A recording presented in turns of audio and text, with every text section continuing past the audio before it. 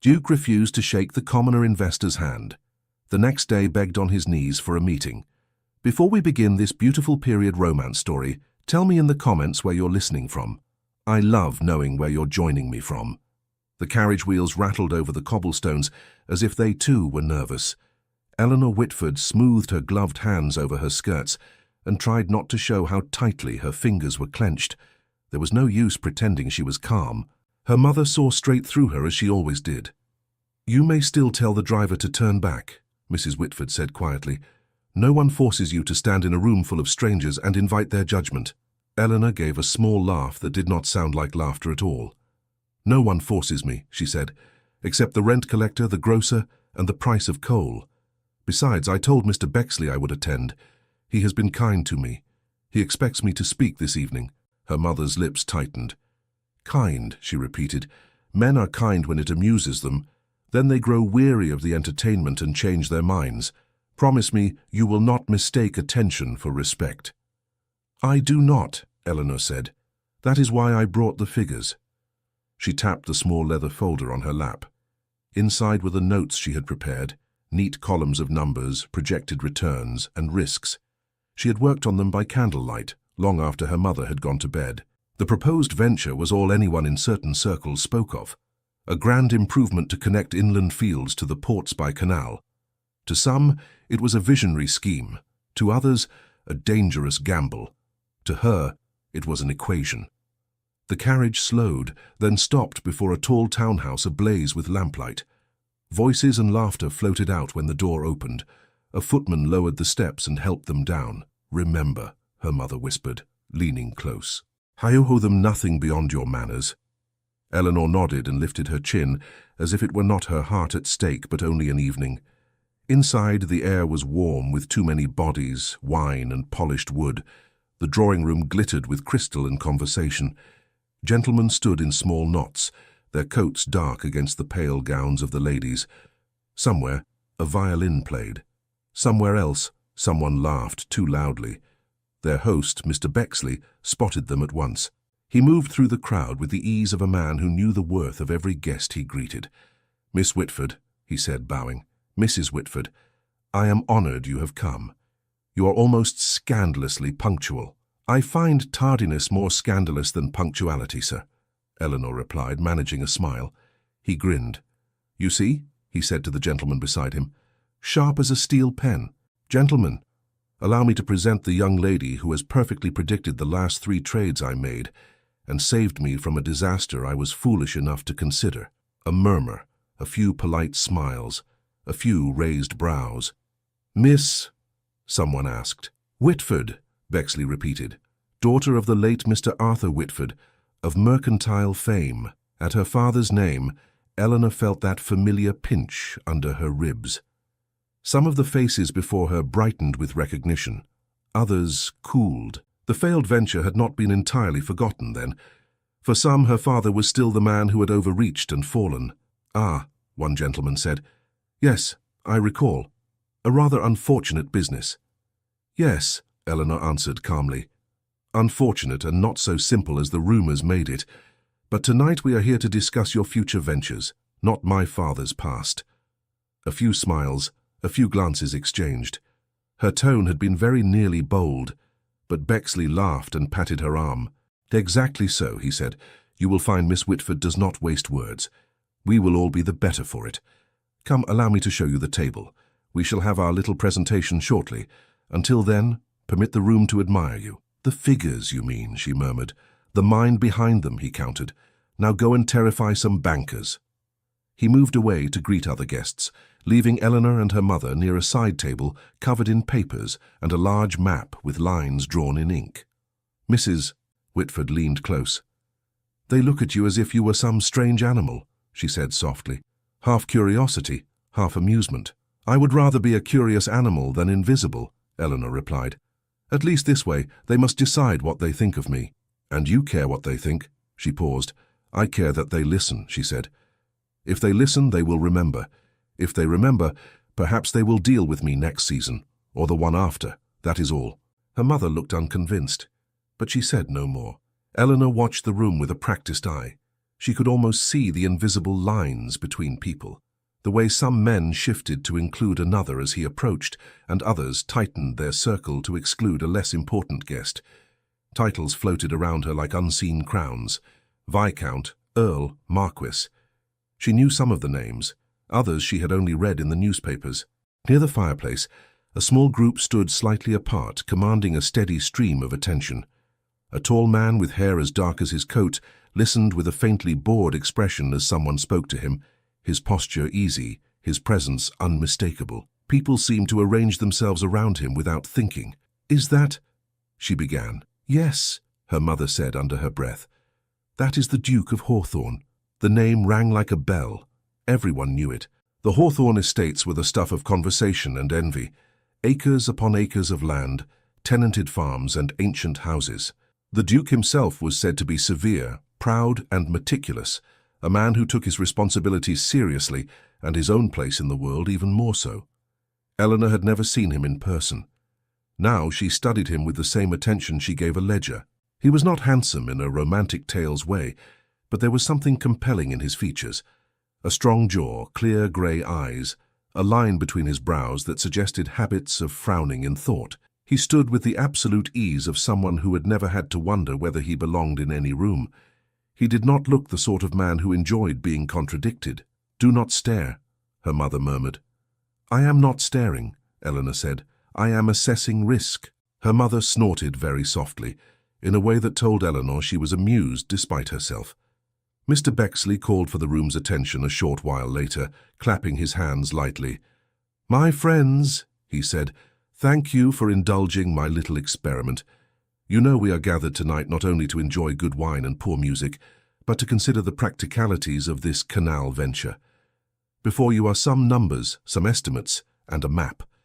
There has been much optimism spoken about it, but as we all know, optimism rarely pays the bills." A ripple of laughter. "To that end," he continued, "I have taken the liberty of asking someone with a remarkable eye for figures to examine the proposal. Some of you know her name already. For those who do not, I suggest you listen closely tonight and decide for yourselves. Miss Eleanor Whitford, if you please." The sudden shift of many eyes toward her was like stepping into a field of lanterns. For a heartbeat, the old fear rose. That she would open her mouth and no sound would come. That they would laugh. That her father's ghost would be dragged out into the center of the room, stripped of dignity. Then she remembered late nights at the small table by the window, the ink on her fingers. The clarity that came when numbers lined up and told the truth. She stepped forward. "Gentlemen," she began. "And ladies." A few women glanced at one another, faintly surprised to be acknowledged. "The plan before you is ambitious," she said. "If successful, the canal would indeed increase efficiency and profit for those who trade in grain and other goods. However, there are certain assumptions built into the figures that deserve a second look." One of the older gentlemen near the map smiled indulgently. "Surely you are not about to tell us," he said, "that a lady has discovered flaws in what 3 experienced men of business consider sound." Eleanor met his eyes. "I am about to tell you," she said, "that the expected rate of return you have all been quoting depends on harvest yields remaining unusually high for at least 3 consecutive years. The last time that occurred, according to records, was nearly 20 years ago. You are also assuming that there will be no interruption in labor due to illness, weather, or political decisions affecting trade. In my experience, interruptions are more faithful than any man's promise." A low murmur. A few of the younger men leaned closer to the table, scanning the figures. "Miss Whitford," someone else said, a touch sharper, "if you topple all our assumptions, what do you recommend? That we take all our money and hide it under the mattress?" She allowed herself a small smile. "Only if your mattress pays 5% annually," she said. "Otherwise, I recommend adjustments, not abandonment." She moved closer to the map and pointed to a note. "If you reduce the initial investment by 10% and accept a slightly lower return over a longer period," she said, "you reduce your exposure to a bad year or 2. You also may consider partnering with existing road carriers rather than assuming you can immediately capture all their business. Shared risk is not as glorious as total control, but it keeps more men solvent." A few brows rose. One man looked over the notes she had provided. "She is correct about the last 10 years of harvest records," he said quietly. I have them in my own books. And who compiled these projections? Another asked. Your own clerk, sir, Eleanor replied gently. I only read them. There was a pause, then a cautious spatter of laughter. The older men exchanged a look that hovered between annoyance and reluctant admiration.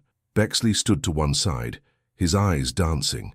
Let us say then, he said easily, that the scheme is not foolish but over-optimistic, and Miss Whitford recommends moderation.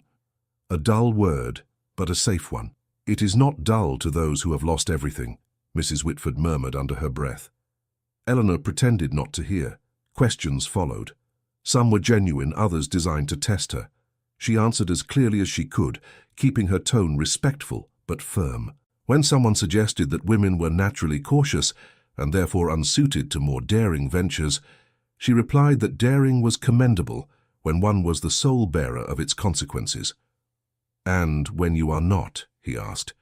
Then it is not daring, she said. It is irresponsible. Another ripple of laughter, sharper this time. Even some of the ladies smiled. Through it all, she was aware of the Duke of Hawthorne standing at the edge of the group, listening. He had not spoken yet. His gaze moved between the map, the papers, and her face. She felt it like a weight on her skin. At last, when the questions had dwindled, Bexley clapped his hands again. Enough figures for one evening, he said. Miss Whitford has given us much to consider. You may now drink to her prudence or curse her for spoiling your splendid fantasies, as you please. Miss Whitford, you have my gratitude. He bowed to her, and several men nodded or offered a brief word of thanks as they drifted away to speak with one another. The knot of listeners loosened. Conversation resumed in many corners of the room. Eleanor exhaled slowly. Her hands were trembling under her gloves. You did well, her mother whispered. They cannot say otherwise. They will say what they please, Eleanor answered, but at least I spoke plainly. She turned to move away from the table and almost collided with a dark coat. She looked up. The Duke of Hawthorne stood before her. Up close he seemed even more contained, as if nothing ever truly startled him. His eyes were cool and steady. Miss Whitford, he said. Your Grace, she replied, dipping a small curtsy. I have heard your analysis, he said. It was thorough. Thank you, she said carefully. Though, he added, I cannot say I share your aversion to risk. There are enterprises in which boldness is rewarded, not punished. Certainly, she answered, provided those who bear the risk also reap the reward, and those who bear the loss were allowed to choose it. His brows lifted very slightly. A moralist as well as a mathematician, he said. How rare. I do not think morality is rare, Your Grace, she said quietly, only inconvenient. For a second, something almost like interest flickered in his eyes. Then it was gone. Inconvenient truths are the ones people neglect, he said, until they themselves suffer. Yes, she said. That is very often the case. He looked at her for a moment longer, as if measuring how far he would allow this conversation to go. And tell me, Miss Whitford, he said, do you intend to build an entire career on advising men how to limit their ambitions? If their ambitions are built on sand, she replied, I think it a kindness to tell them before the tide comes in. A few nearby gentlemen had turned their heads toward them, curious to see how far she would go in answering him. Eleanor felt the attention and knew she walked a sharp edge.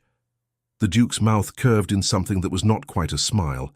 Ambition, he said, is rather more than a calculation on a page.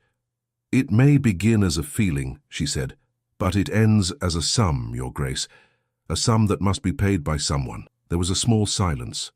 Her mother shifted, nervous. At last, he inclined his head slightly. Your mind is sharp, he said, but sharpness can cut more than you intend. I am aware, she said. That is why I take care where I apply it. His gaze dropped very briefly to her gloved hand, where it rested by her side, the leather folder tucked under her arm. Then, perhaps because the moment required some gesture of civility, perhaps because others were watching, he straightened. In any case, he said, it is unusual to see a lady engaging in such matters. I should not like to think Mr. Bexley has lured you into them only for his own amusement. I entered them of my own will, she said, and I remain because I am good at them. A man nearby gave a soft chuckle. The Duke's eyes cooled a fraction. You are certain? He said. You do not aspire to the usual comforts of your sex. A quiet home, a reliable husband, and accounts no more complex than the weekly bills. I aspire, she said steadily, to a quiet conscience. The rest I will accept as it comes. There was a faint tightening around his mouth. Conscience, he said. Another inconvenient thing. He seemed about to say more, then glanced over her head. Someone was approaching. Their host. Your Grace, Bexley said, bowing. You have met Miss Whitford, I see. Allow me to say she has saved me from at least one foolish plunge. If you wish to preserve the glory of Hawthorne for another generation, you might do worse than heed her figures now and then. A few listeners laughed quietly, more at Bexley's daring than at his words. Hawthorne's expression did not change. The glory of Hawthorne, he said, has survived rather longer than any one adviser, Bexley. I do not believe it will sink or float on the opinion of a single, unconventional voice. The slight pause before the word told Eleanor exactly what he thought of that voice. Bexley, still smiling, turned to her. Miss Whitford, he said, you have not yet been properly presented to the Duke. Allow me, he gestured between them. Your Grace, this is Miss Eleanor Whitford. Miss Whitford, His Grace, the Duke of Hawthorne. Formality demanded some acknowledgement. Eleanor shifted the folder to her left arm and did what any person engaged in business would do. She extended her hand. It was a simple gesture. She had done it dozens of times with clerks and merchants. It was the ordinary seal of respect between people who expected to meet again and remember one another's names. The room was not quiet, but the space around them seemed to still. The nearest guests watched, pretending not to watch. The Duke's gaze dropped to her outstretched hand. His face did not change. The pause stretched. Then, very slowly, he clasped his own hands behind his back. He inclined his head just enough to be polite. Miss Whitford, he said, his tone cool and faintly dismissive. I am acquainted with your name now. That will suffice. He did not take her hand. The refusal was as clear as if he had spoken it aloud. Heat rushed to Eleanor's cheeks, so sudden she feared she must glow like a lantern. Her hand hung in the air for a heartbeat too long. She felt, rather than saw, the tiny shock that passed through those watching. A lady nearby gasped softly. Someone coughed. Then she withdrew her hand, steadying it against the leather folder, as if that had been her intention all along. Of course, Your Grace, she said, her voice even. I would not presume to demand more than a memory. Bexley's smile faltered. For a moment he looked as if he might say something, then thought better of it. The Duke, having delivered his silent judgment, turned his attention to a gentleman who had been waiting to speak with him about something entirely different. Conversation, which had hushed around them, resumed with a forced brightness that cut more deeply than open laughter would have done. No one openly remarked upon what had just occurred, but Eleanor felt it in the new caution of the glances sent her way. She was no longer simply the curious woman with a talent for figures. She was the woman whose hand the Duke of Hawthorne would not touch. Her mother's hand slipped through her arm. We should go, Mrs. Whitford whispered. Not yet, Eleanor said, though her throat felt tight. Leaving at once would make a spectacle of it. You are already their spectacle, her mother hissed. Then let them grow bored, Eleanor replied. We will go when we choose, not when his refusal pushes us to the door. She forced herself to move through the room, to speak briefly with those who approached. Some offered strained compliments on her presentation, as if that could disguise their discomfort. Others avoided her entirely, as if proximity might somehow offend the great man by association. Only Bexley dared to come near her after a quarter of an hour. Miss Whitford, he said softly. I am deeply sorry, that was ungenerous of him. It was entirely consistent, she answered. He has a clear understanding of rank, and I do not fit within it. You fit better within the numbers than most men in this room, he said. Numbers have no titles, she replied. They do not care who speaks them aloud. He shook his head. He was wrong, he said simply. That is all. Wrong, she said, and powerful. The combination is familiar. They left a short while later, once the weight of whispers grew too heavy to ignore. The carriage ride home was quiet for several streets. At last her mother spoke. He humiliated you, she said, deliberately, as if you were nothing, as if you were beneath his hand. Eleanor stared out at the dark city. I am not nothing, she said, and I am not beneath his hand. He only believes I am. That is his error. "And what will you do with his error?" her mother asked. "Turn it into interest," Eleanor said slowly. "They will talk of it tomorrow. They will say, 'Did you hear? The Duke of Hawthorne refused to take that woman's hand.' And someone else will say, 'What woman?' And someone else will answer, 'The one who saw through Bexley's canal scheme.' My name will travel with my figures, whether he intended it or not." Her mother made a doubtful sound. "You find advantage in everything," she said. "I try," Eleanor said. "It is that, or drown in it." She did not sleep much that night. The scene replayed over and over behind her eyes. His still face, his hands clasped firmly behind his back, the way the space between them had filled with invisible cold air. She had told herself that she needed no man's approval. Yet the sting of his refusal pierced deeper than she wished to admit. By morning, the anger had cooled into something harder, like glass. She rose, dressed, and went to her small desk by the window. If society would speak of her, then she would give them something to talk about beyond the cruelty of a proud duke. She wrote letters, answered inquiries, and reviewed the notes for a possible partnership someone had mentioned to her the week before. Her mind, once engaged, pushed aside the bruise on her pride. On the other side of the city, in a quieter, grander house, the Duke of Hawthorne sat in his study, sifting through estate correspondence. The memory of Eleanor Whitford's outstretched hand flickered through his mind now and then, not entirely comfortably. He pushed it away, telling himself he had done nothing improper. A duke could not be expected to treat a commoner lady who played at investment as if she were his equal. A footman appeared at the door. "Your Grace," the man said, his face pale. "There is an agent here from the North Estates. He says the matter cannot wait. He insists upon seeing you at once." Hawthorne frowned. "Send him in," he said. Moments later the agent entered, hat in hand, his expression grave and strained.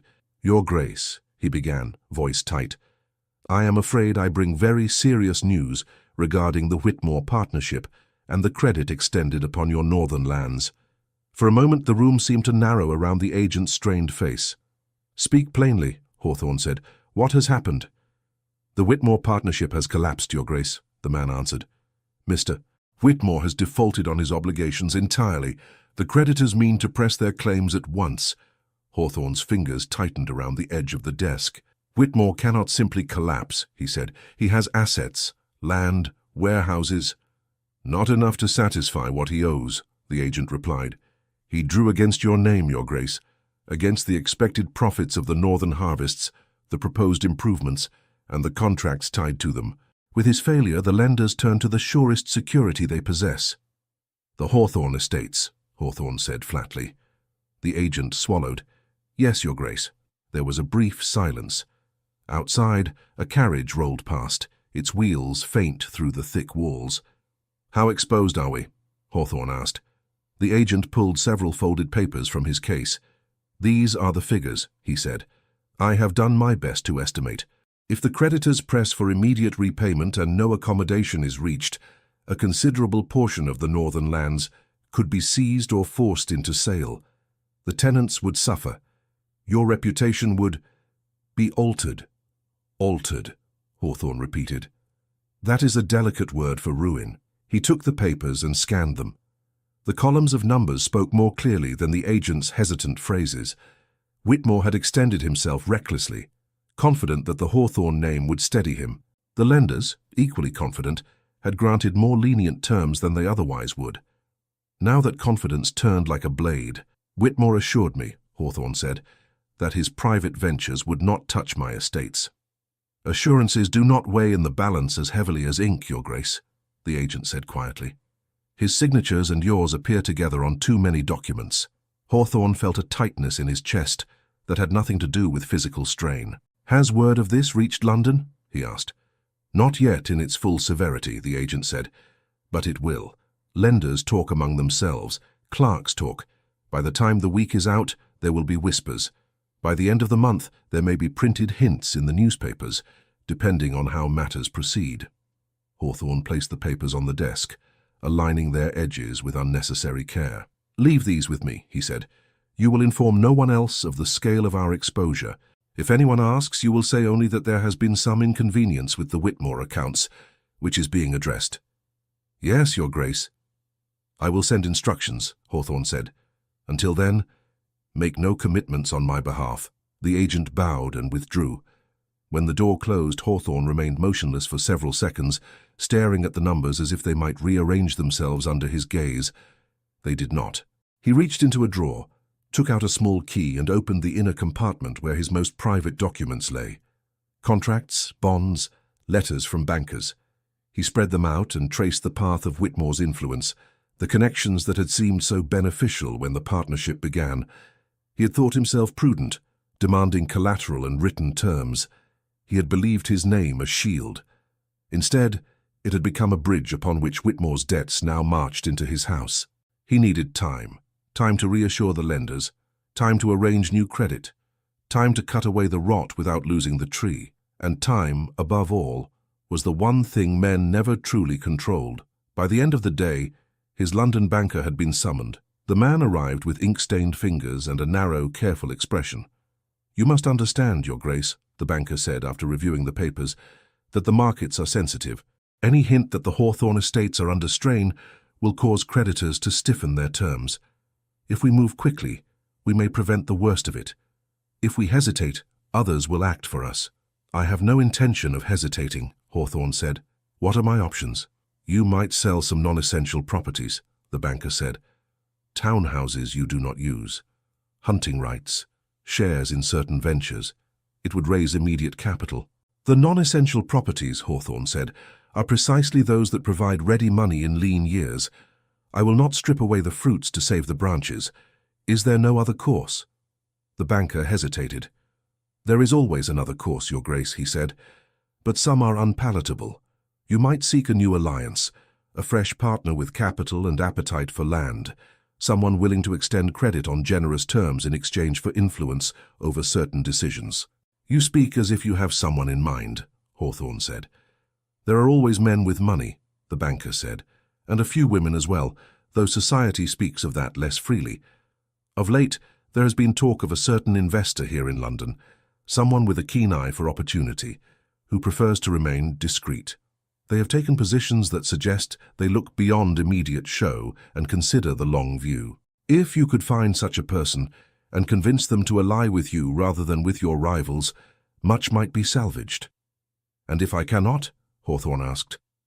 "Then you must sell what you do not wish to sell," the banker said, "or face the consequences when the creditors grow impatient."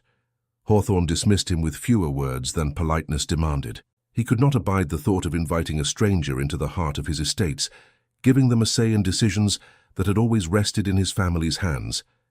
Yet he could not ignore the figures. That night, while London slept or danced, rumours began to slip from desk to desk, from clerk to clerk, from whispered conversation in one counting-house to a similar murmur in another. "Have you heard? Whitmore has gone under, with Hawthorne tied to him. Impossible. Nothing is impossible when men trust their own names too much. It will not touch the Duke. A man like that does not fall. We shall see." By the end of the week, the whispers had found their way to drawing rooms and dinner tables. They did not name the sums, they did not speak openly of ruin, but they did suggest that the Duke of Hawthorne was, for the first time, vulnerable. In a modest house several streets away from the fashionable squares, Mrs. Whitford set down a folded newspaper with a sharp breath. "Listen to this," she said. "It speaks of inconveniences in certain agricultural partnerships in the north, and of a great name that may be forced to make adjustments." "It does not name the great name," Eleanor said, setting a teapot on the table. "It does not need to," her mother replied. "There is only one house they hint at, the Hawthorne estates. They say nothing directly, but the shape of it is clear." Eleanor dried her hands and took the paper. She read the small column, the careful phrasing, the suggestion without outright statement. "The surest towers feel the wind first," she read aloud. "They make a poem of it. They make entertainment of it," her mother said. "They will enjoy seeing him scramble." Eleanor's eyes lingered on the words. "He humiliated you," her mother said. "I cannot pretend it does not please me to see his pride shaken." "I do not rejoice in other people's misfortune," Eleanor said. "You are kinder than I am," Mrs. Whitford replied. "I have not forgotten how they spoke of your father when things went badly for him.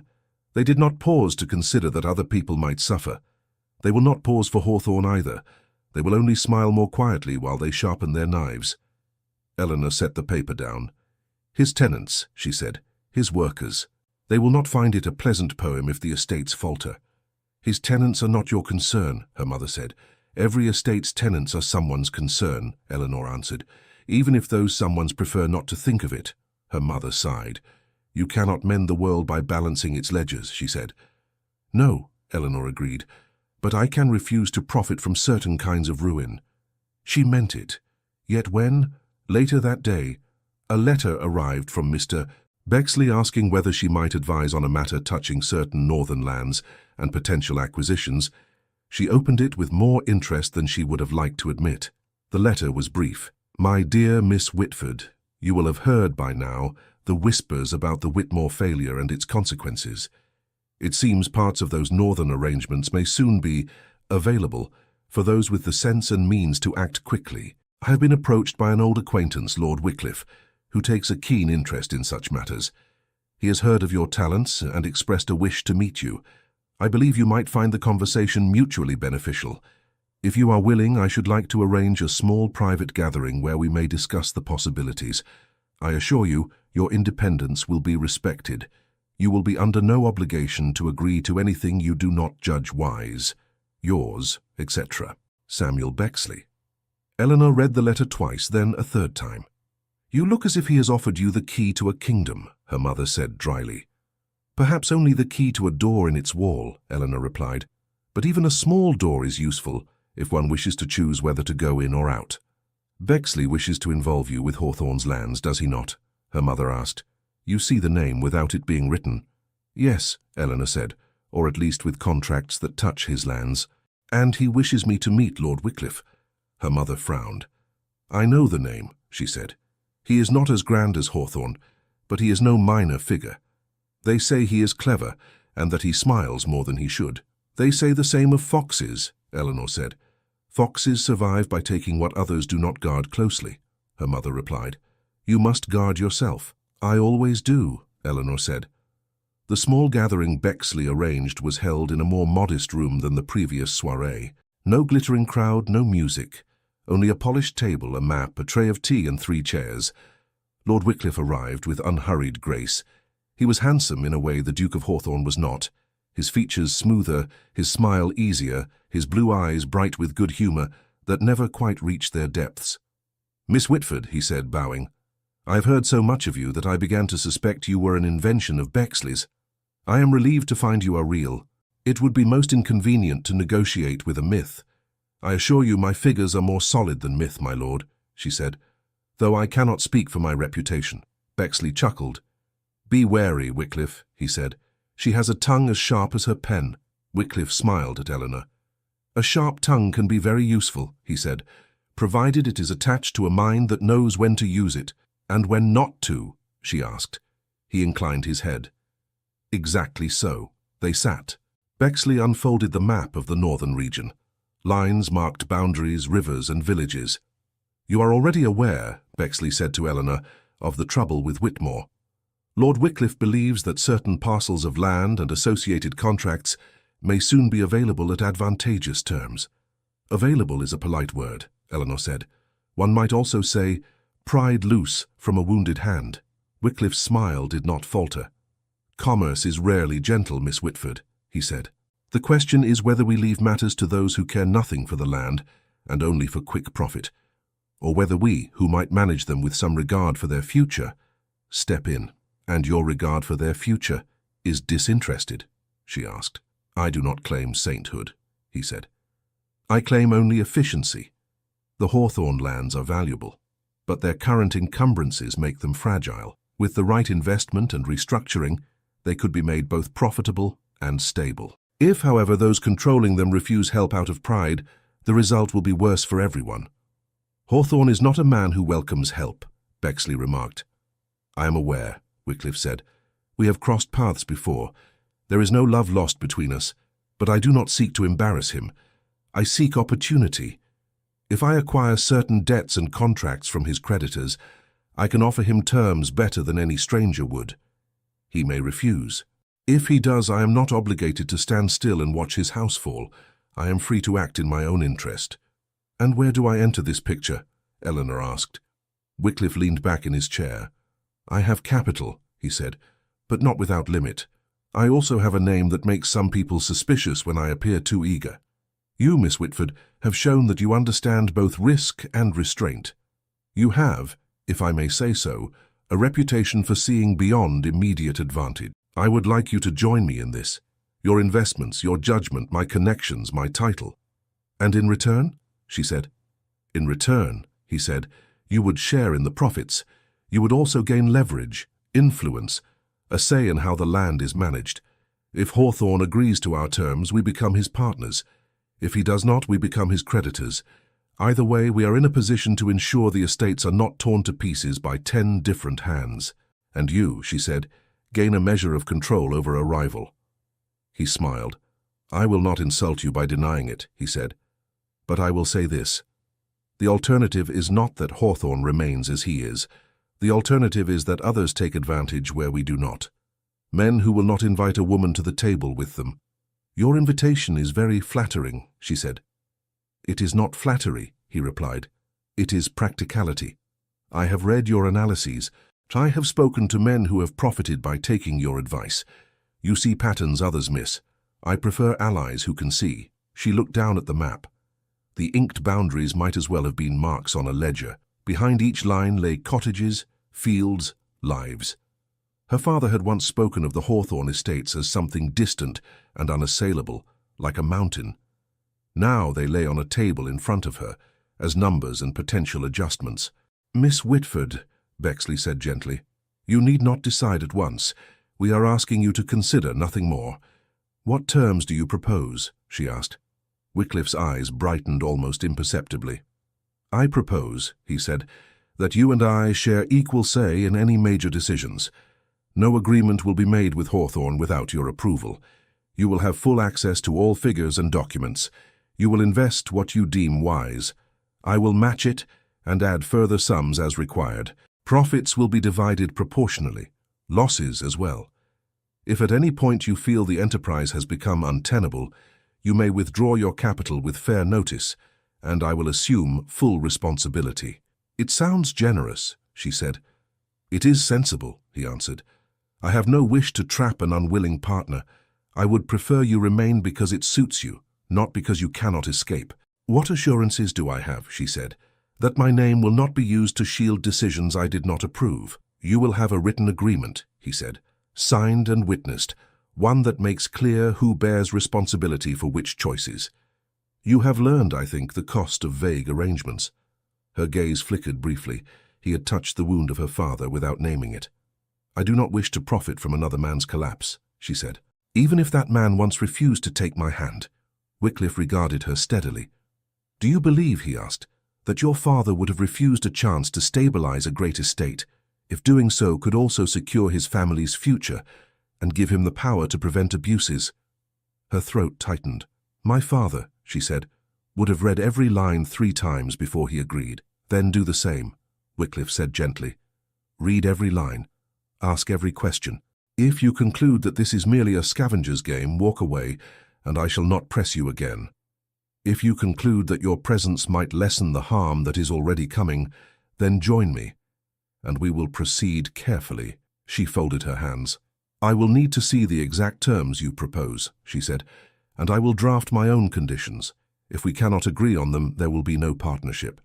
"Of course," he said, "I would expect nothing less." They parted with polite bows. Bexley walked her to the door. "You do not trust him," he said quietly. "I trust that he wants something," she replied. "I trust that he is clever. I trust that he does nothing without calculating the benefit. That is enough trust for now." "And Hawthorne?" Bexley asked. "What of him?" she said. "If you do this," he said, "you will, in effect, hold some portion of Hawthorne's fate in your hands." She looked at the grey sky beyond the window. "Perhaps," she said, "but fate is a grand word.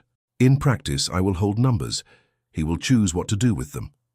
Over the next days, letters passed between her and Wycliffe, proposed terms, counter-proposals, neat lines of writing that gradually shaped an agreement. She insisted on clauses that protected her independence, that made clear she was not bound to any course she judged unjust. Wycliffe accepted most of them, quibbled over a few, and yielded enough to satisfy her that he meant to keep his word, at least as long as it suited him. Mrs. Whitford watched the process with unease. "You are tying yourself to men who live in a world that devoured your father," she said. "I'm tying myself to paper," Eleanor said. "If the paper burns, I walk away." "You say that as if men with titles always let women walk away," her mother replied. "Then I will run," Eleanor said, half lightly, half not. At last, a final version of the agreement lay on her desk. All that remained was to sign it in Wycliffe's presence, with Bexley as witness. "The day after tomorrow," she said, reading the note confirming the appointment. "At 3 o'clock. Her mother stared at the date. "Once you sign," she said, "there may be no easy unsigning." "I know," Eleanor said. She slept restlessly that night. In her dreams, the map of the Hawthorne lands blurred into the old contracts her father had once trusted, and Lord Wycliffe's easy smile mingled with the cool eyes of a duke who would not touch her hand. In another part of London, Hawthorne was hearing a different version of the same story. His banker had returned, this time with a different manner, less cautious, more urgent. "Your Grace," he said, "the situation develops quickly. One of your principal creditors has sold a portion of Whitmore's obligations to another party." "To whom?" Hawthorne demanded. "To Lord Wycliffe," the banker replied, "and he is not acting alone. There is someone behind him, someone who has agreed to invest a considerable sum, on the condition that they share equal say in how any arrangement with you is framed." "Who?" Hawthorne said sharply. "That," the banker said, "was not initially clear. They have been discreet, but I have made inquiries. There is a name that appears quietly in several recent transactions, one that was not taken seriously at first. It seems we were all too slow to observe the pattern." "Whose name?" Hawthorne said. The banker hesitated only briefly. "Miss Eleanor Whitford, Your Grace," he said. "She is the investor who stands behind Lord Wycliffe, and in 2 days' time she is expected to sign an agreement that will give her a decisive voice in matters concerning your northern estates." For a moment Hawthorne did not understand the banker's words. "Say that again," he said. "Miss Eleanor Whitford," the banker repeated. "She is the investor behind Lord Wycliffe. By all accounts, she will sign the agreement the day after tomorrow." Hawthorne's hand tightened on the edge of the desk. "That is impossible," he said. "Miss Whitford is a young lady of modest means who amuses herself with figures. I met her only recently. She spoke well enough, but you will not persuade me she commands the capital to move my estates." The banker did not flinch. "With respect, Your Grace, your information is out of date," he said. "Over the past 2 years, she has made a series of clever, carefully timed investments, some through intermediaries, some directly. Small sums at first, then larger. She has compounded her gains, quietly. If she chooses to commit a portion of her resources to this arrangement with Lord Wycliffe, it will be significant." "And you knew none of this?" Hawthorne demanded. "I knew of transactions," the banker replied. "I did not see the pattern at once. There was no reason to link them to a single mind. Only when her name appeared in connection with Wycliffe did I look more closely. Others will do the same now." Hawthorne turned away, pacing to the window. The memory of her stood there, annoyingly vivid. The level gaze, the precise voice, the hand he had refused to take because his rank would not bend. "You tell me," he said quietly, "that a woman I publicly slighted now holds the ability to dictate terms to me." "I tell you," the banker said, "that in 2 days' time she will unless you act first. It may be that she would prefer to deal with you directly. You have not yet given her the chance." Hawthorne's jaw tightened. "I am not in the habit of courting favor from commoners," he said. "You are not in the habit of needing to," the banker answered. "Times change." The words stung. Hawthorne turned back. "If I approach her," he said, "what then? I kneel before the woman and beg her to forgive an injured hand and an injured pride." The banker hesitated. "I do not advise on matters of pride, Your Grace," he said, "only on matters of solvency. If you do nothing, Lord Wycliffe and Miss Whitford will sign their agreement. They will then choose whether to offer you terms or to let events take their course. If you speak to her before that, you may have some influence on the shape of those terms. Perhaps more." "Perhaps," Hawthorne repeated. "You ask me to abase myself on a perhaps. I ask you to consider what it will cost if you do not," the banker said. "The land does not care for pride." It cares for weather, labor, and the terms under which credit is extended. At present, those terms are turning against you." Hawthorne dismissed him. When he was alone, he sank into his chair and pressed his fingers to his temples. Of all the names that could have risen from this tangle of debts and contracts, it had to be hers.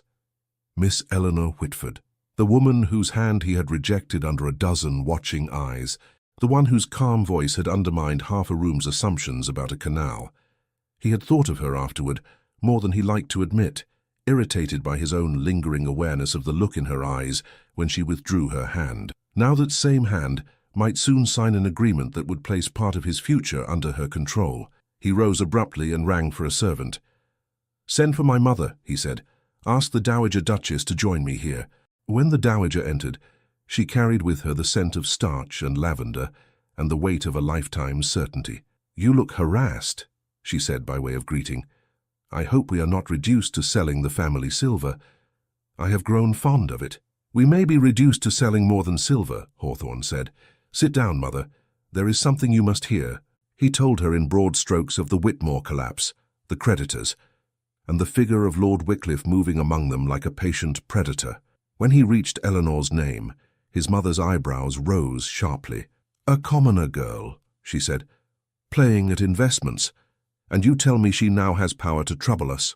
"She is no girl," Hawthorne said. "She is a woman with a mind for figures, and yes, she has allied herself with Wycliffe. Between them, they may soon hold enough of our debts to force us into whatever arrangement pleases them." "And what do you intend to do?" his mother asked. "Bow to them?" He hesitated. "I intend," he said, "to speak with Miss Whitford before she signs anything. If she has any sense, she will see that associating too closely with Wycliffe carries its own risks. I can offer her stability, he cannot." "You would offer her anything?" the Dowager demanded. "After she has placed herself in opposition to you." "Placed herself," Hawthorne repeated. "I placed myself in opposition to her the moment I treated her as beneath my courtesy." His mother pursed her lips. "You are a duke," she said. "You must remember that. You do not chase after commoners and apologize because they have learned to shuffle figures on a page. She has chosen her company. Let her live with it. We will weather this storm as we have weathered others." "This storm is different," he said. "It strikes at the foundations, not the branches." "If that is so," she replied, "then cut away some lands. Sell whatever parcels are least essential. Sacrifice pieces to save the whole. But do not make a spectacle of yourself before a woman who would dine out on the story for years." He looked at her, seeing in her face the creed that had shaped his childhood. Hawthorne's did not bend. They did not apologize. They endured and expected others to do the yielding. "That strategy has already cost us more than you know," he said. "What do you mean?" she asked. He shook his head. "Nothing," he lied. "For now, I must decide how far I am willing to go to preserve the estates." "Go as far as reason demands," she said. "But remember who you are. Remember that every eye watches for any sign that Hawthorne is weakening." When she had gone, he stood alone at the window, watching the pale London sky. "Remember who you are."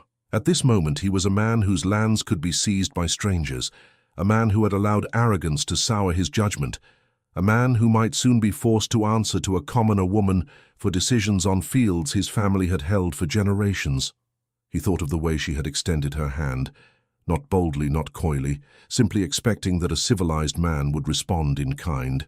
He had refused her, not because there was anything unclean about that hand, but because it offended his sense of order to treat her as his equal. Now that same hand held papers with the power to squeeze his estates. He reached a decision. "Tell the coachman to have the carriage ready in half an hour," he told the servant. "I will be going out." "Shall I inform anyone of your destination, Your Grace?" the servant asked. "No," Hawthorne said. "No one. I am visiting a lady." The servant's eyes flickered, but he only bowed and withdrew. The next day passed in a blur of arrangements and restless thought. He obtained Eleanor's direction easily enough. Such things could be discovered without making public inquiries. He learned, too, from his banker that the signing with Wycliffe was set for 3 o'clock on the following afternoon. "After that," the banker had said, "any approach you make will be under different terms.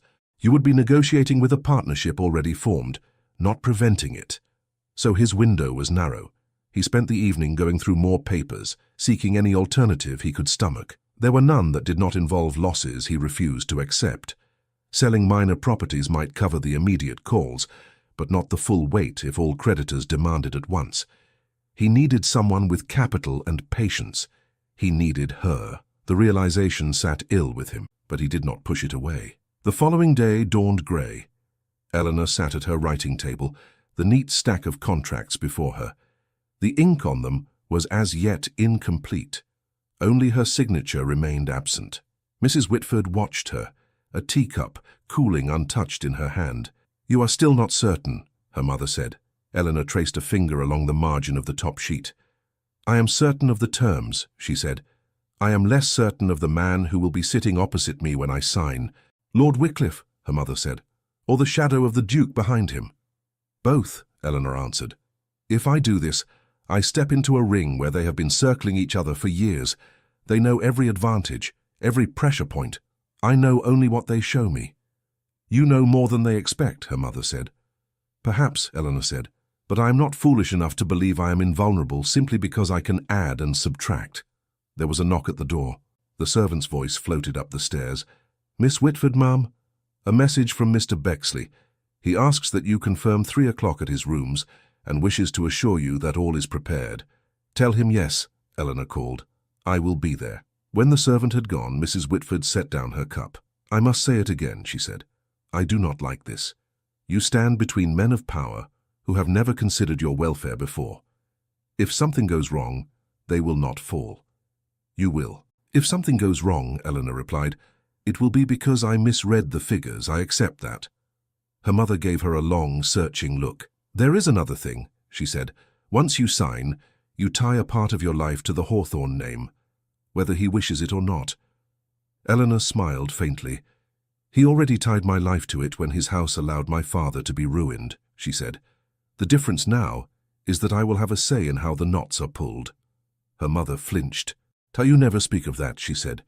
"I thought you had put it aside." "I set it on a higher shelf," Eleanor said. "I did not forget it." She rose. "I should dress," she said. "If I am to sit across from a lord and a banker, I would rather not do it in my morning gown." She went upstairs and chose her clothes with unusual care, not because she wished to impress, but because she wished to arm herself. A dark, plain gown that did not show smudges of ink, gloves without frayed seams, a bonnet simple enough not to invite ridicule, neat enough not to invite pity. By 2:30 she was ready. The contract lay in her reticule, folded precisely. "Do you wish me to accompany you?" her mother asked. "No," Eleanor said. "This is a conversation among those who will bear the risk. It would not be comfortable for you." "It will not be comfortable for you either," Mrs. Whitford said. "Comfort," Eleanor said, "is a luxury. Today I am buying something else." She kissed her mother's cheek, took her reticule and descended the stairs. The servant hurried to open the door for her. "Your carriage, miss." He stopped. His eyes widened in surprise. Eleanor frowned. "What is it?" she asked. "A gentleman, miss," the servant said. "He has just arrived. I was about to show him into the parlour." "What gentleman?" she asked. The servant hesitated, as if he could not quite believe the words he was about to say. "The Duke of Hawthorne, miss," he said. For a second, Eleanor thought she had misheard. "The Duke," she repeated. "Here?" "Yes, miss," the servant said. "He asked for you by name." Her heart gave a hard, unpleasant thud. "Where is he?" she asked. "In the front hall," the servant said. "I did not wish to seat him without your leave." Eleanor drew a breath. Her first impulse was refusal. She could send him away with a message that she was engaged, that her time was already promised, that he must seek his solutions elsewhere. But curiosity rose alongside anger. Why would a man like that come to her house unannounced on this particular day? "Show him into the sitting room," she said. "I will come." She set down her reticule on the hall table and smoothed her gloves once more, as if neat buttons could steady her. Then she walked to the door of the small sitting room and entered. Hawthorne stood near the window, his figure almost too large for the modest space. The room, with its worn rug and simple chairs, seemed to draw back from him. He turned when she came in. For the first time since she had met him, there was no boredom in his face, only tension. "Miss Whitford," he said. "Your Grace," she replied, her tone cool. You have taken me by surprise. That was unavoidable, he said. Had I given you warning, you might have refused to see me. I might still refuse, she said. The day is not yet over. He inclined his head slightly. Then allow me to speak quickly, he said. What I have to ask is not easily said, and I have very little time in which to say it. She remained where she was, near the door. You chose not to take my hand when courtesy offered the choice, she said. Now you ask me for time. Why should I give you what you would not give me? A flicker of color touched his cheekbones. I was wrong, he said. You may believe I have not said those words often in my life. I did not recognize the full measure of your position. I misjudged both your importance and your character. That is part of why I am here. Only part, she asked. He grimaced. The rest, he said, is necessity. You know of the Whitmore collapse. You know what it has done to my affairs. You have been invited to tie yourself to Lord Wycliffe in a way that will give you influence over my lands. I am not so blind that I cannot see how dangerous that alliance will be to me, and how beneficial it may be to me, she said. Yes, he agreed, and to Wycliffe. He gains an ally whose reputation for prudence will soften perceptions of his appetite for control. You gain access and power. I lose what my family has held for generations, or I submit to terms set by a man who has never wished me well. And where does your repentance over a refused handshake enter this picture? She asked. He drew a breath. If my apology matters at all to you, he said, let me give it now. I treated you as beneath my regard. I allowed my pride of birth to override simple civility. It was unworthy. I cannot undo the insult, but I can begin to act as if I recognize your true position, which is not below mine in this matter. Silence hung between them for a moment. She watched him, searching for mockery, for some hint that this was performance only. She did not find it. Very well, she said at last. You have apologized. What is it you ask? He looked at her directly. Speak with me, he said. Before you sign anything with Wycliffe, hear what I can offer you instead. If you still choose to stand with him afterward, I will not trouble you again. You wish me to break with him, she said. I wish you to consider dealing with me directly, he replied, without his shadow between us. I will grant you terms as favorable as he would, perhaps more so. You would gain what you desire without tying yourself to a man whose interests do not align with yours. And what do you know of my desires? She asked. He hesitated. I know you care for more than numbers, he said quietly. I heard it in the way you spoke of risk and who bears it. Wycliffe cares for profit and leverage. He will use you so long as you serve those ends. I would prefer to treat you as a partner, not a convenience. You speak well, Your Grace, she said. Better than you did when we first met.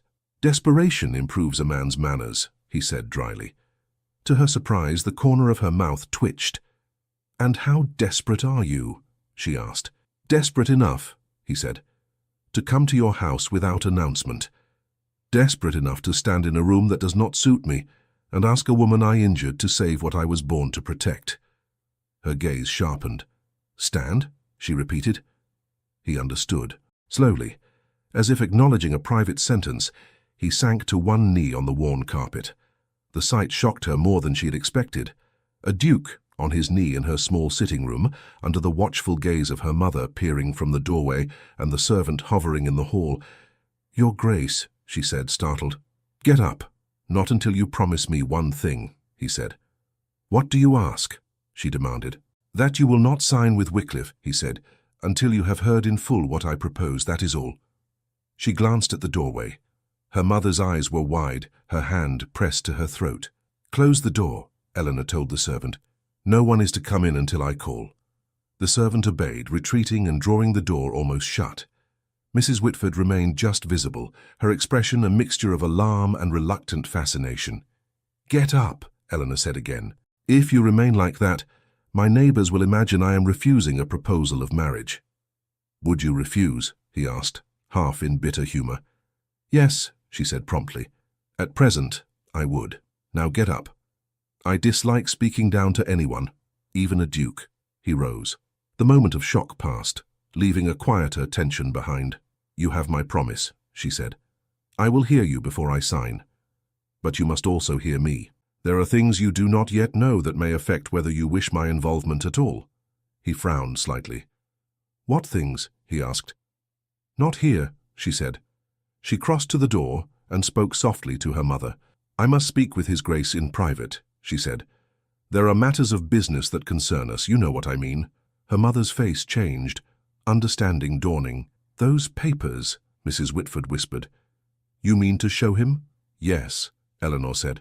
Her mother hesitated, then nodded. "I will sit in the front room," she said. "If you need me, call. If he forgets himself, I will raise the street." "Nothing will happen that you cannot speak of in church," Eleanor said. "I promise." She closed the door to the front hall and then led Hawthorne to the smaller inner parlour, a room used mostly for serious talk and winter evenings. It held a table, 2 chairs, and a bookcase. "Sit," she said. He obeyed. She went to the cabinet where she kept her most important papers, unlocked it, and drew out a tied bundle. "You came to speak of terms," she said. "Before we discuss those, you must understand the full history between your house and mine." "I do not believe our houses have much history," he said. "Until the other night I had never heard your name." "That is part of the problem," she said. "Your father heard it. Your steward heard it. Your tenants and my father's creditors heard it very well indeed." She set the bundle on the table and untied the string. Letters, agreements, and copies of ledgers lay within. On more than one, the Hawthorne seal was pressed into the wax. Hawthorne stared at the familiar crest stamped in red and black, suddenly cold. For a moment Hawthorne only stared at the seal, as if it had no right to be there. "Where did you get these?" he asked. "From my father's desk," Eleanor said. "After his death. They were among the papers he kept locked away. My mother could not bear to look at them. I could." She slid the top letter toward him. "You may recognize the hand," she said. "It belongs to your late father's steward, Mr. Harrington." Hawthorne's mouth hardened. "I know Harrington's hand," he said. "He served my father for 20 years. He kept the estate books." "Yes," she said. "He kept them. And he kept certain truths from daylight as well." He unfolded the letter. The paper crackled, old but not fragile. "To Mr. Arthur Whitford," he read softly. "Regarding the matter of our joint venture in Northern Transport, I have made such adjustments as were necessary to ensure that any resultant shortfall does not appear in the Hawthorne ledgers." He broke off. "Go on," Eleanor said. His eyes moved down the page. "Your own accounts as a merchant are more flexible in public opinion, and it will therefore be less damaging if the loss is carried under your name. You will be compensated in private by certain concessions from our side, which we may arrange at a later date, once the present storms have passed." He looked up sharply. "You expect me to believe," he said, "that my father sanctioned this?" "Turn to the next letter," she said. He did. The handwriting there was different, neater, more commanding. "Your father wrote that one," Eleanor said quietly. He read it, his jaw clenched. "Harrington," he read, "I approve your suggestion. It is imperative that no stain attach itself to the Hawthorne estates at this time. Mr. Whitford is an honourable man and will bear the loss bravely. See that he is given every informal assistance you can contrive, but keep our name out of the official accounts." He finished, then lowered the letter slowly. Silence filled the room. "My father wrote this," he said at last. "I recognize the signature, the phrasing, but this cannot be the whole story." "It is enough of it," Eleanor said. "The venture failed. My father bore the loss in public. Your house bore it in private. When creditors asked who had miscalculated, only one name was spoken aloud. Whitford. Hawthorne remained unsullied." "Harrington wrote of compensation," Hawthorne said. "Did your father receive any?" She shrugged one shoulder. "Some small favors," she said. "Delays on certain payments, gentle words in some quarters. None of it mended his reputation. Once people believe a man has failed, they prefer the story to the truth." He stared at the letters again, as if trying to will them to say something else. "My father was a man of honor," he said. "I do not doubt he believed that," she replied. "But he chose to place that honor above my father's good name. He chose silence when speech would have saved us. It may be that he meant to make amends later. Men often intend such things. The moment passes. They grow used to the comfort of being believed innocent." His hand tightened around the edge of the table. "How long have you known this?" he asked. "Since the year after my father died," she said. "I was going through his papers to settle what little remained. I found this bundle. I read every line, twice. And you did nothing? He demanded. You could have taken this to a solicitor, to a paper. You could have accused us openly. Yes, she said. Why did you not? He pressed. She met his eyes. Because I knew very well how the story would be told, she said. It would be written as a tragic tale of a great house brought low by an ungrateful merchant's daughter who would not let an old matter rest. They would say my father sought to drag a noble name into the mud to lift his own. They would question the authenticity of the letters. They would call me embittered. And you cared what they said? He asked. I cared, she said, that the tenants on your lands and the workers in what remained of my father's business would bear the brunt of the upheaval. Creditors do not punish only the man at the head table. They punish everyone. He sat back, shaken. You have carried this for years, he said. Without speaking? I spoke, she said, to my mother, to myself, to ledgers. Paper listens, if no one else does. He closed his eyes briefly. My father was not the monster you might imagine from this letter, he said quietly. He was stern, proud, but he believed he did his duty. So did mine, she said. They both believed they were doing what was necessary. Only one of them had a title to shield him from the consequences. He opened his eyes again. Why show this to me now, he asked. If you wished revenge, you might simply sign with Wycliffe, tighten the noose, and let rumor and debt do their work. I did not say I wished revenge, she said. You cannot pretend you feel nothing, he said. You stood in a room and watched me refuse your hand, knowing what my house had already cost yours. It would be inhuman not to feel the temptation to strike back. She inhaled slowly. Of course I feel it, she said. I'm not made of stone. When your banker told you my name, I imagine he enjoyed the irony. I have considered more than once what it would mean to take these letters and show them to those who once turned their backs on my father. To see them look at the hawthorn crest and realize they had misjudged. And yet you did not, he said. And yet I did not, she agreed. He was quiet for a moment. What do you want, Miss Whitford? He asked. Truly, not in polite phrases, not for the sake of any bargain. What do you wish to happen? She looked down at the papers, then at him. I want my father's name cleared, she said, publicly, without condition, without evasion. I want those who whispered about his supposed greed and incompetence to know they were wrong. I want my mother to walk into a room and not see people lower their voices because they remember a scandal. He nodded once. That, he said, can be done. I also want, she continued, to prevent your estate from being carved up by men who see it only as a set of figures. I do not care for you personally enough to wish you comfort for its own sake, Your Grace, but I care that tenants are not thrown from their homes because you were too proud to accept help from anyone not born with a crest. His mouth tightened. Fair, he said. Painful, but fair. And, she said, I want to prove that what I do, what I know, has value beyond being an amusing curiosity at a London supper. I want the work I do to change something real. You have just described, he said slowly, the very things I am least practiced at giving: public admission of fault, shared power, and visible change. Then you must decide, she said, whether you will learn new habits. He let out a short breath that might have been a laugh.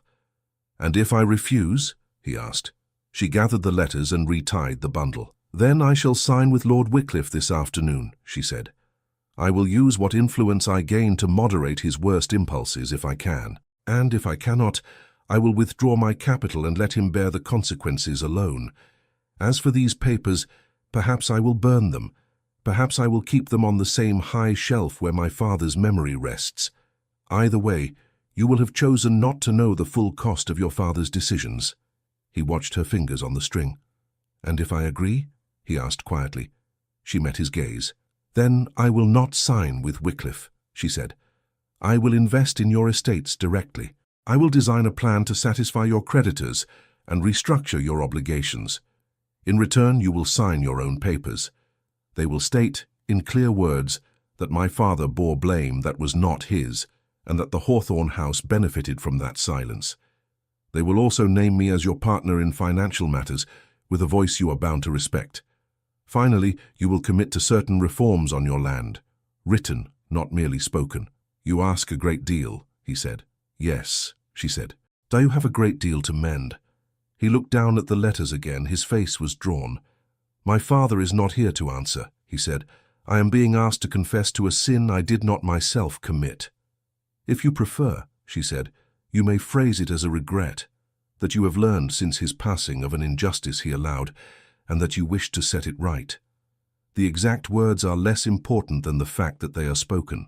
And my own offense? He asked. Do you require me to apologize publicly for your hand as well as your father's? She gave him a brief, cool look. I believe you have apologized where it matters, she said. The rest is between us. Silence stretched. He reached for the bundle and held it as if it were heavier than paper. I do not like yielding, he said. Neither do I, she answered. I have yielded my whole life. To gossip. To men who thought a woman had no place at a counting desk. I am done with that. If you agree to this, it will be because you see it is the only way to preserve what you value. If you do not, then we waste both our time. He sat for another long moment. Then he nodded once, decisively. Very well, he said. Draft your terms. I will read them. If they are as you have described, I will sign. She felt a small, sharp release of breath she had not known she was holding. In that case, she said, I must also send a note to Mr. Bexley. Lord Wycliffe expects me at 3 o'clock. Will he be pleased to receive your refusal? Hawthorne asked. I doubt it, she said, but my obligation is to my own judgment, not to his expectations. She rose and went to her writing desk. He watched as she took a sheet of paper and dipped her pen. What will you tell him? He asked. That circumstances have changed, she said. That I cannot in conscience proceed with an agreement that places me in direct opposition to someone whose tenets may bear the weight of our contest. That I thank him for his confidence and hope he will forgive my withdrawal. And he will? Hawthorne asked. He will not, she said, but he will pretend to. She wrote quickly, folded the note, sealed it, and rang for the servant. See that this is delivered at once to Mr. Bexley, she said. Personally. Yes, miss. The servant left. Silence settled again, lighter now as if some invisible knot had loosened. You understand, Hawthorne said after a moment, that by refusing Wycliffe, you may make an enemy. She gave a small shrug. I suspect he was never truly a friend, she said. At worst, I lose the protection of his name. At best, I avoid being drawn into a feud that is older than I am. And you gain a more troublesome ally, he said. That remains to be seen, she replied. He almost smiled. Very well, he said. What happens next? Next, she said, you bring me everything. All your contracts, all your debts, all your ledgers. Nothing held back. If we are to steady this ship, I must know its leaks. My steward is in the country, he said. He will not like handing the books to a stranger. Your steward may adjust his liking, she said, or he may look for work elsewhere. I do not bargain with half-truths. He studied her face. You are certain you wish to tie yourself to this? He asked. Once we begin, you will be exposed to every unpleasant story, every rumor, every sharp word from those who do not approve of a woman in such a place. I am already exposed to their sharp words, she said. I might as well earn them properly. He laughed, a short, surprised sound. You are unlike anyone I know, he said. You should meet more people, she replied. They spent the next hour sketching the outline of what needed to be done. He explained the structure of his estates, the particular vulnerability of the northern lands, the more stable holdings elsewhere. She asked questions that cut through his assumptions. When he spoke vaguely of obligations, she demanded numbers. When he mentioned customary allowances for certain dependents, she asked what they cost and why. More than once he bristled. You strip everything to its bones, he said. Nothing is sacred. Some things are, she replied, but sentiment does not pay interest. He found himself conceding points he would have argued fiercely with any other advisor. When she suggested cutting certain expensive entertainments and consolidating some properties, he started to object. It would look like retreat, he said. It would look like prudence, she countered. You can call it what you like. If you cling to every outward sign of power, you may lose the power itself. You speak as if appearances mean nothing, he said. They mean a great deal, she said, but they mean nothing if the substance beneath them rots. He fell silent. Then he nodded. You are right, he he said. I do not like it, but you are right. Get used to that feeling, she said. Our work together will produce it often. When he finally rose to leave, the afternoon light had shifted. I will have the necessary papers sent to you, he said. If you prefer, you may work at my London house. It will be easier to consult with my people there. That may be wise, she said. But I warn you, Your Grace, I will not be treated as a curiosity. If I come, it will be as someone with the authority to say no. You will be treated, he said slowly, as someone whose no I must heed. She watched him as he moved to the door. One more thing, she said. He paused.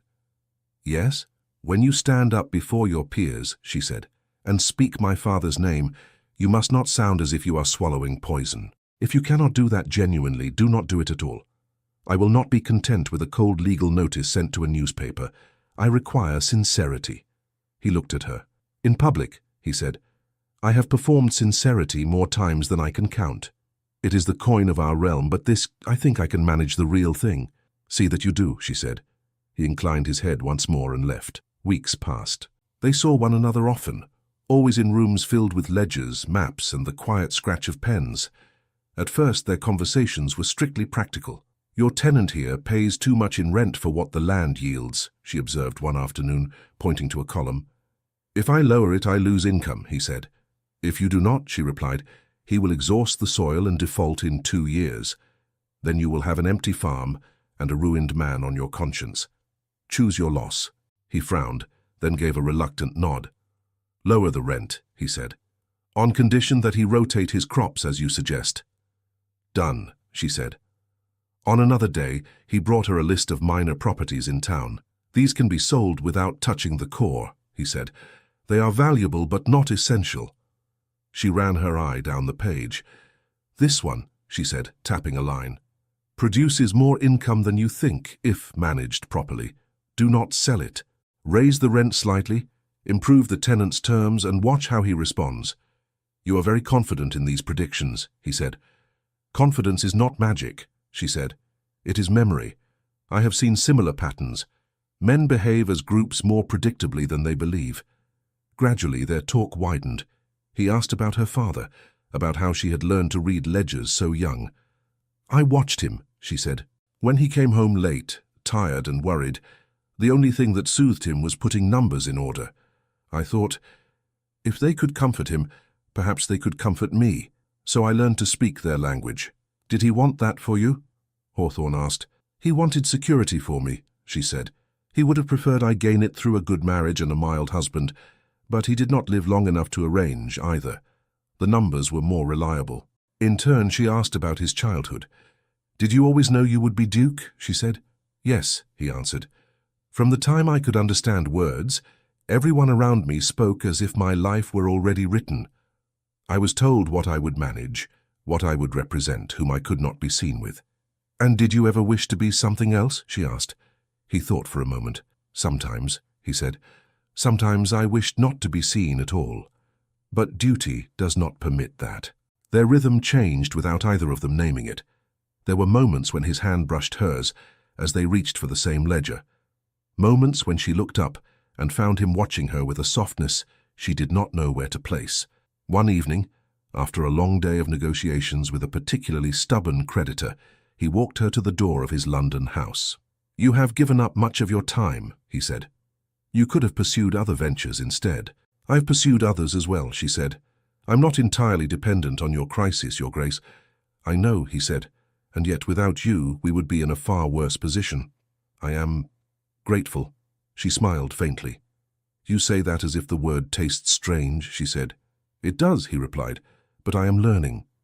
As their plan took shape, word began to spread in quieter circles that the Hawthorne fortune, though shaken, was being managed with unusual steadiness. Creditors found their fears answered with clear numbers and credible schedules. Tenants, hearing of small reforms and new terms, breathed easier.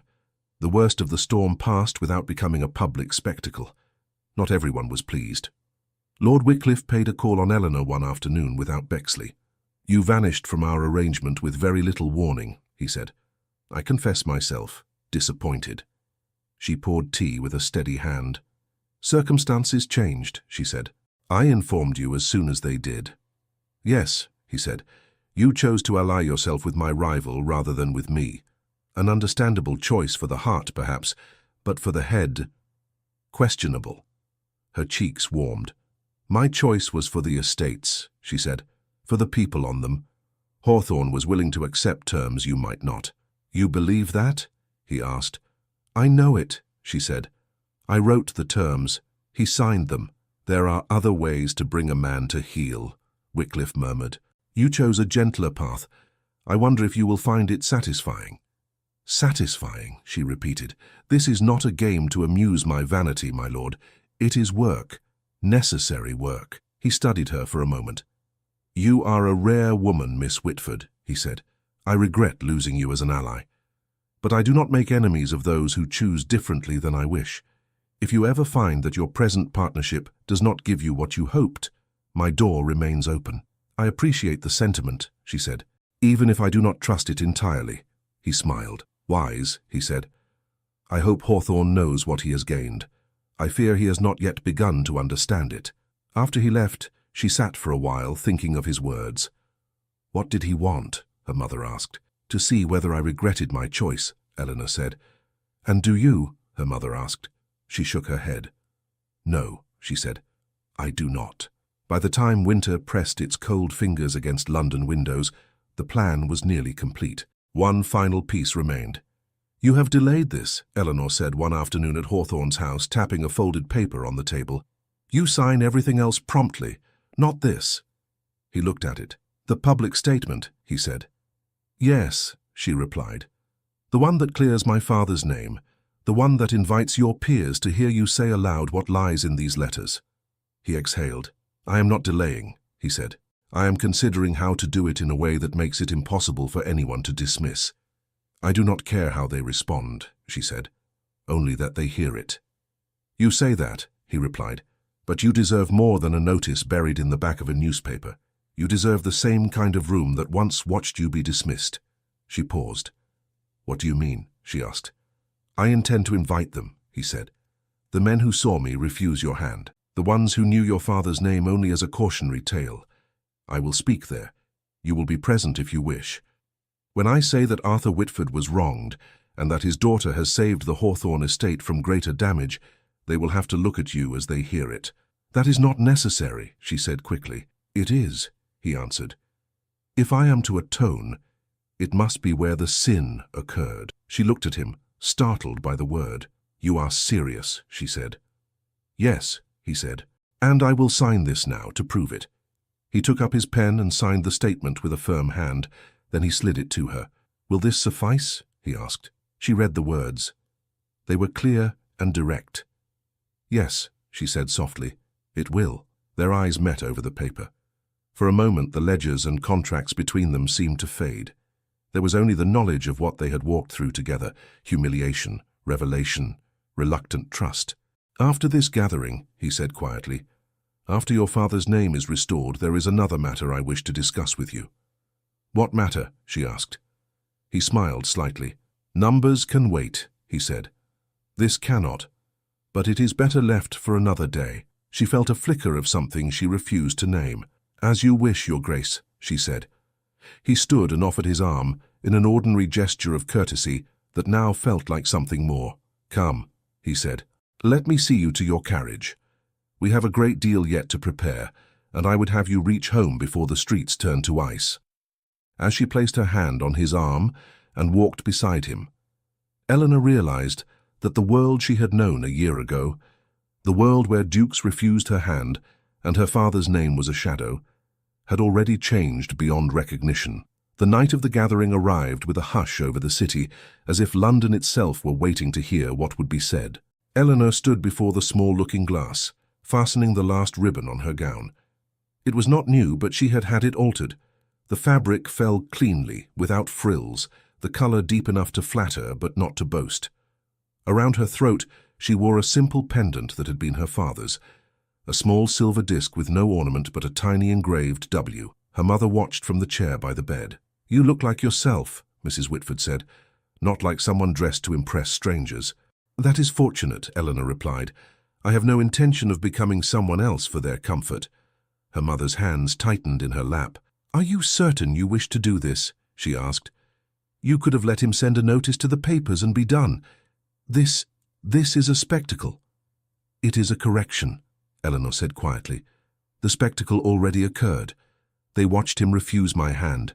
They watched my father fall. Tonight they will watch something else. And if they sneer," her mother pressed. "Let them," Eleanor said. "I will not live my life arranging myself around their sneers." She lifted her cloak. "Come," she added. "We will be late, and I refuse to walk in after every curious eye has settled." The carriage ride passed mostly in silence. Mrs. Whitford fiddled with her gloves. Eleanor watched the streets slip by, the lamplight turning windows into bright, fleeting rectangles. "Do you trust him?" her mother asked suddenly. "Which him?" Eleanor replied. "The man or the Duke?" "Either," Mrs. Whitford said. Eleanor considered.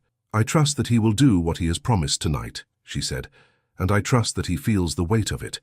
As for everything beyond that, we will see." "That does not sound like a heart given away," her mother murmured. "My heart," Eleanor said, "has learned to wait for evidence." The carriage stopped. The same townhouse where she had once stood, her hand rejected, loomed before them, lit and lively. Inside, the atmosphere was like the night of the first gathering, yet different. The same crystal, the same polished floors, the same murmur of conversation. But tonight, Eleanor could feel threads of attention already tugging in her direction. "There she is," someone whispered. "That is the woman, is it not? The one with the figures." "And the Duke," another voice said quietly. "Have you heard? He has done something unheard of. He has made her his, what did they call it, partner. Partner in ruin, perhaps," someone else murmured. Eleanor walked forward as if she heard nothing. Bexley approached them, bowing with genuine warmth. "Miss Whitford," he said. "Mrs. Whitford, welcome. I am honored you came. You seem to make a habit of inviting us to evenings that alter our lives," Eleanor said dryly. "Then I hope this one will leave a better taste in your mouth than the last," he replied. "You have my word that if anyone behaves like a fool, it will not be my doing." "You cannot control a duke," Mrs. Whitford said. "Tonight," Bexley answered, "I am not so sure of that." He turned as a new arrival came into view. Lord Wycliffe, elegant as ever, moved through the crowd with an easy smile. When his eyes fell on Eleanor, he changed course and joined them. "Miss Whitford," he said, bowing, "I see I was right to say Hawthorne does not yet understand what he has gained. Tonight, he will discover it in front of all his friends." "Or enemies," Eleanor said. "In this room," Wycliffe replied. "Those are often the same people." His gaze softened. "Do not be anxious," he added in a lower tone. "You're on the right side of history this evening. That is more than most of us can say at any party." "I thought you disliked losing," she said. "I dislike boredom more," he answered lightly. "And I must admit, you have made the outcome far more interesting. I shall enjoy watching our noble friend swallow his pride. I will enjoy it even more knowing you insisted he do so with grace." He stepped back as a rustle passed through the room. Heads turned toward the doorway. The Duke of Hawthorne had arrived. He wore black as usual, but there was a deliberate simplicity to it tonight. No showy embroidery, no unnecessary ornament. He greeted the host, nodded to acquaintances, endured a few obvious attempts at curiosity disguised as politeness. Then his gaze found Eleanor. For a moment, that was all, a look across the center of the room. The last time they had stood in such a circle of eyes, he had refused to meet her halfway. Tonight he moved toward her without hesitation. "Miss Whitford," he said when he reached her. "Mrs. Whitford." "Your Grace," Eleanor replied. Her mother dipped a stiff curtsy. "You honor my daughter tonight," Mrs. Whitford said. "I hope you mean it." His jaw tightened. "I do," he said simply. Bexley clapped his hands for attention, saving them from further awkwardness. "My friends," he called, "if you will indulge me for a few moments, our host of honor this evening has something to say. I suggest you listen carefully. It is not every day that a duke invites witnesses when he chooses to speak of his own errors." A stir. Some exchanged skeptical looks. Others leaned forward, eager. Hawthorne stepped into the center of the room. There was no platform, no grand chair, only a cleared space and many faces. He glanced once at Eleanor. She gave the smallest nod. Then he began. "Ladies and gentlemen," he said, You are accustomed to hearing men in my position speak of duty, of tradition, of honor. I have done so myself often enough. Tonight, however, I must speak of something less comfortable. Correction. The room grew quiet. Years ago, he continued, my father entered into a partnership with a merchant of this city. Some of you will remember the name. Mr. Arthur Whitford. You may also remember that when the venture failed, blame attached almost entirely to him. My house remained untouched in reputation, while his bore the burden of public disapproval. There was a small murmur. A few older men exchanged looks. Mrs. Whitford's hand closed around her daughter's arm. Recently, Hawthorne went on, I learned that the fault was not his alone. Decisions were made in my father's name by a steward he trusted, decisions that shifted loss away from our ledgers and onto Mr. Whitford's. My father approved these measures, believing perhaps that quiet assistance afterward would make up for the public damage. It did not. Mr. Whitford's name suffered in circles that knew nothing of private concessions. A woman near the wall whispered, I remember. My husband refused him credit after that. Hawthorne's voice remained steady, but Eleanor could see the effort it cost him. I cannot ask you to judge my father with my eyes, he said. I loved him. I respected much of what he did. But love must not blind us to harm. The fact remains, Arthur Whitford bore more blame than he should have. My house benefited from that silence. That is an injustice. I will not allow it to stand uncorrected while I bear the title of Hawthorne. He paused, letting the words settle. Therefore, he continued, I state clearly and without qualification that Mr. Arthur Whitford was an honorable man. The venture he shared with us did not fail through his greed, incompetence, or dishonesty. Any who repeated such tales did him wrong. His eyes moved over the crowd. Some of you may have done so without knowing better. I forgive you for that, he said. But I ask you now to replace the story you carried. When you speak his name in future, speak it with respect. Eleanor's throat tightened. Her father's name, spoken like that in such a room, sounded strange and clean. Hawthorne went on. There is more, he said.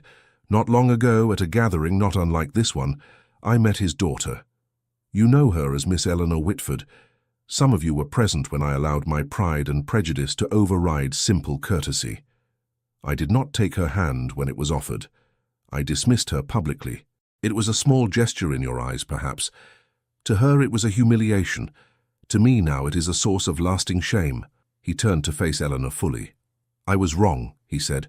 I was wrong in that moment, and I was wrong in the assumptions that led to it. Miss Whitford possesses a mind more precise than most men I have met in matters of finance. She has also shown more integrity than any I could name, including myself. A hush spread. No one moved. When the Whitmore collapse exposed dangerous weaknesses in my own affairs, Hawthorne said, it was she who offered me a path that preserved not only my estates but my conscience. She might have chosen vengeance. She did not. She chose a partnership instead. Under the eyes of those who once saw me reject her, I choose to offer what I withheld then. He stepped toward her. The circle parted to make room. He stopped at a respectful distance.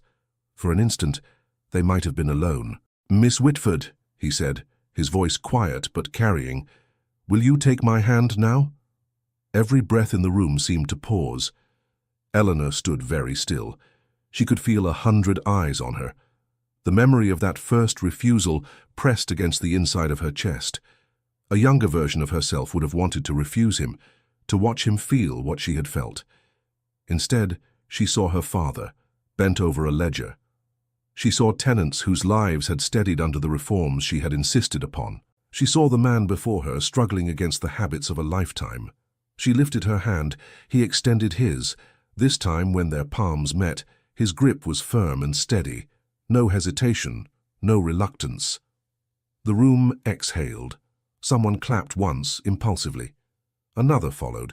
Within moments, a ripple of applause spread, uncertain at first, then more sure. It was not entirely for him. Hawthorne released her hand but did not step away. I also wish you to know, he said to the room, that Miss Whitford is not merely an advisor I consult when it suits me. From this day forward, she is my acknowledged partner in all financial matters concerning my estates. Decisions will bear both our judgment. Contracts will carry both our names. If you wish to deal with Hawthorne, You must learn to deal with Whitford as well. That produced another stir. Some in the room looked startled, others looked impressed. A few looked displeased. Wycliffe smiled faintly as if enjoying the spectacle. Bexley, standing by the fireplace, gave Eleanor an encouraging nod. Hawthorne inclined his head to the gathering. "That is all I meant to say," he concluded. "You may now return to more pleasant topics. I assure you mine will be occupied with ledgers again tomorrow." The room broke into clusters once more, but the air had changed. People came forward, cautiously at first, to speak to Eleanor. "Miss Whitford," one gentleman said, "I did not realize I misjudged your father's case. I see that now." "Your words do not mend the past," she answered, not unkindly, "but they may shape what you say in future. That will be enough." A lady leaned close. "You must be very brave," she whispered. "I could hardly stand while so many watched." "Bravery," Eleanor replied, "is sometimes only the refusal to move when your knees want to bend." Later, Wycliffe found her near a window. "Congratulations," he said lightly. "You have managed to make half the room feel both guilty and fascinated. That is quite a trick." "I did nothing," she said. "He did the speaking." "You did everything," Wycliffe corrected. "You gave him the chance and the terms and the courage. Do not underestimate your own influence, Miss Whitford. It will be your undoing if you do."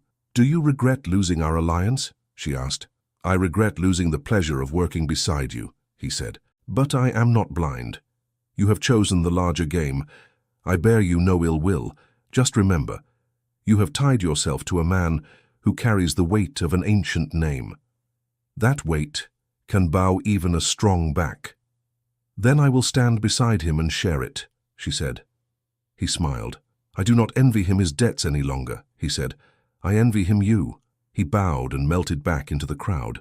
At some point, Eleanor became aware that Hawthorne had vanished from the center of the room. She scanned the faces, but he was nowhere in sight. Her mother tugged at her sleeve. "Go and find him," Mrs. Whitford said softly. "He said he had more to speak of. It may be tonight he means to do it." "And if he means to speak only of business?" Eleanor asked. "Then you will know," her mother replied. "And if he means something else, you should know that as well."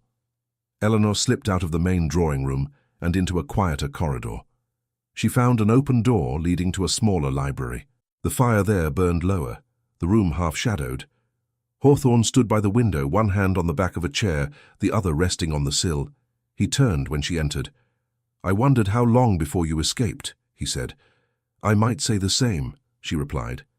He gave a faint smile. "I have spent a lifetime in rooms like that," he said. "They tire me now more than they used to. Tonight, especially." "You did well," she said simply. "Did I?" he asked. "Some of them looked as if I had announced an intention to sell the estate and become a dancer." "You surprised them," she said. "They built a picture of you in their minds. You changed it. People do not like seeing their pictures spoiled." "And you?" he asked. "Did I meet your expectations?" She hesitated. "You exceeded them," she said. "Not because you spoke perfectly, but because you spoke plainly. My father would have been astonished to hear his name on your lips like that." "Would he have forgiven us?" Hawthorne asked. "I do not know," she said, "but I think he would have respected the attempt, and he would have liked the figures."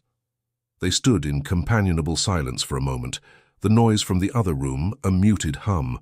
"There is something else," he said at last, "something I have meant to say for weeks. Tonight seems as good a moment as any, if you can bear another declaration." "Another?" she said.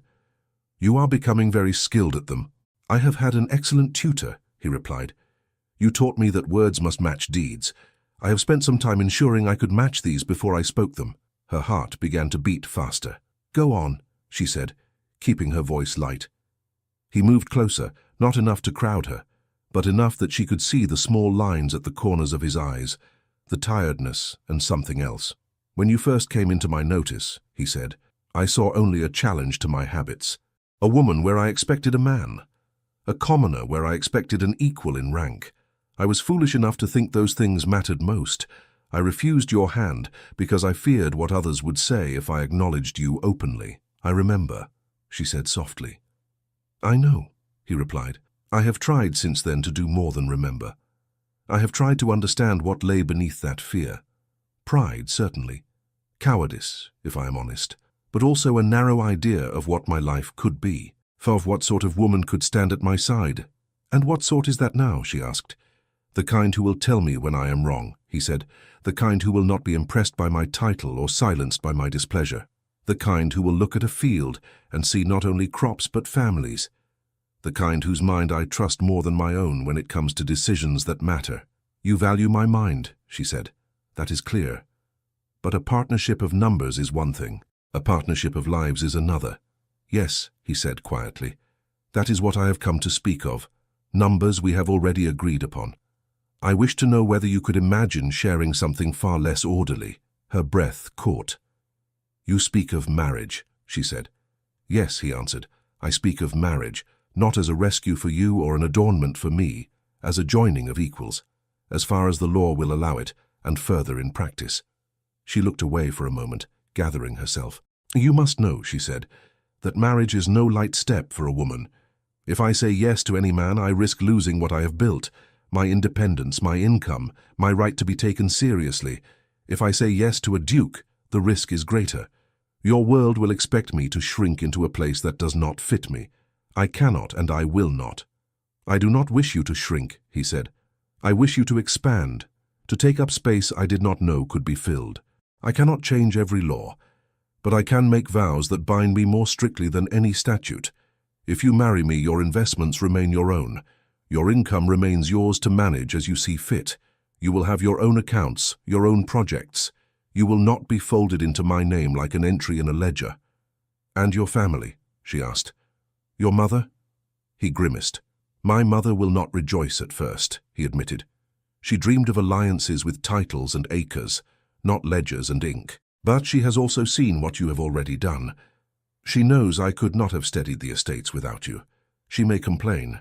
She may attempt to freeze you with glances. I will not allow her to succeed.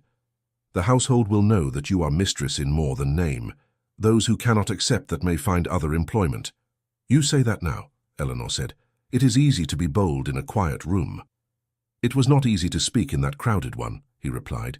"Yet I did. Judge me by what you have seen since I knelt in your sitting room, not by the way I behaved before." She met his gaze again. There was no flippancy in it, only earnestness and a forming hope he was trying very hard to hide. "I have conditions," she said. "I would expect nothing less," he answered.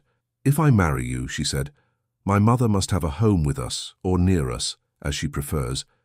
She has borne too much to be left alone in some rented house while I go off to live in comfort." "Agreed," he said at once. "She shall have rooms in my house or a cottage on the estate, whichever she chooses." "I must retain my right to advise and to refuse," she went on, "not only on matters of business, but on anything that touches the land and the people on it. If I see a wrong, I will speak. You must promise to listen, even if you dislike what you hear." "I promise," he said. "I may argue, but I will listen." "And there must be truth between us," she said. "No quiet letters sliding blame from one name to another. No decisions made in shadow because they are easier than facing the light.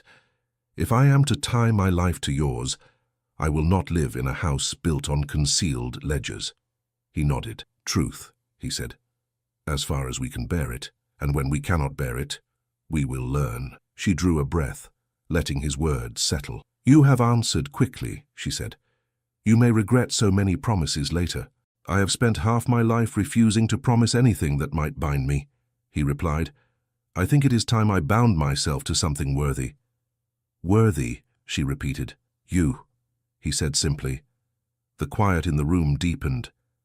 "You have not yet said whether you feel anything for me," she said, the words awkward on her tongue. He smiled, a little crookedly. "I have been speaking around it in longer sentences," he said. "Let me be plain now. I love you, Eleanor. I have tried to name it other things. Gratitude, admiration, respect. They are there, but they are not enough. When you are not in the room, I look for you. When you are, the air feels more possible. You have changed the way I think, the way I speak, the way I face my own reflection.